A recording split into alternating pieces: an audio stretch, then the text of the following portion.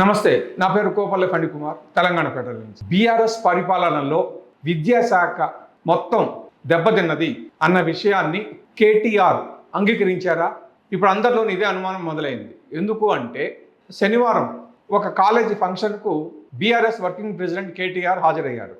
ఆ సందర్భంగా మాట్లాడుతూ మన దగ్గర అంతర్జాతీయ స్థాయి విశ్వవిద్యాలయాలను ఏర్పాటు చేసుకోవాల్సిన అవసరం చాలా ఉంది అని చెప్పారు. నాకు కూడా 50 ఏళ్ళు, నా పిల్లలు ఇప్పుడు కాలేజీకి పోతూ ఉన్నారు. ఈ పిల్లలు రేపు ఈ దేశంలో ఉండాలి, ఇంకో దేశానికి పోకూడదు. రేపు నా బిడ్డని డ్రాప్ చేయడానికి నేను అమెరికా పోవాలి. ఎందుకు పోవాలా? మన పిల్లలు అమెరికాకు ఇంకొకడికి ఎందుకు చదువుకోనికి? నేను అడిగిన నా బిడ్డని, ఇక్కడనే చదువుకో, ఎందుకు పోవాలని? ఇక్కడ అంత గొప్ప కాలేజీలు ఏడున్నాయి అంటే నేను ఏం చెప్పాలి?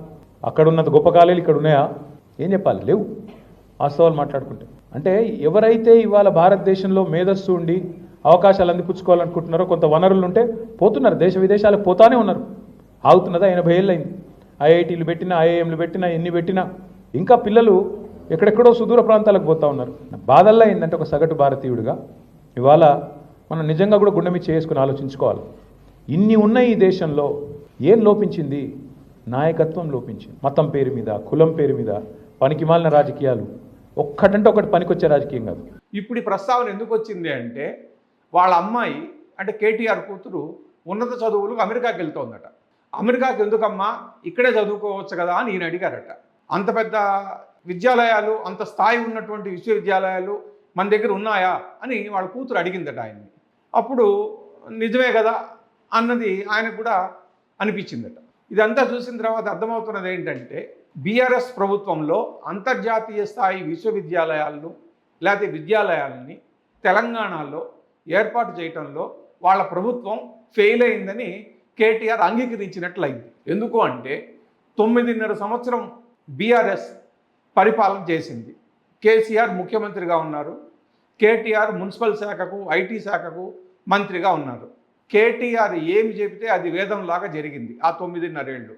మరి అంత 9.5 సంవత్సరాలలో అంతర్జాతీయ స్థాయి విశ్వవిద్యాలయాలను లేదా విద్యాలయాలను తెలంగాణలో ఏర్పాటు ఎందుకు చేయలేదు?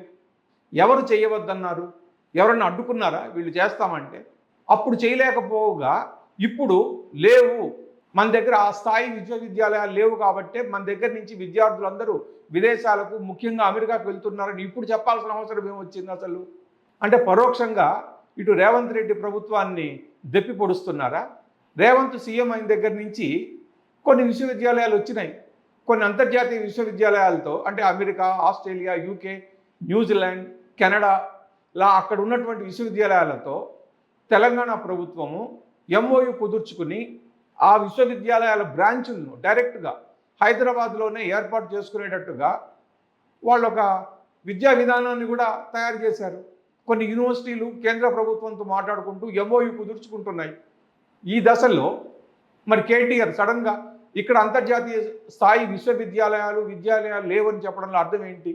వాళ్ళ హయాంలో అంటే 9.5 ఏళ్ల బీఆర్ఎస్ హయాంలో ప్రపంచ స్థాయి విద్యాలయాలను తాము హైదరాబాదులో లేదా తెలంగాణలో ఏర్పాటు చేయలేకపోయాము, ఇది తమ వైఫల్యమే అని కేటీఆర్ అంగీకరించినట్లే అయింది.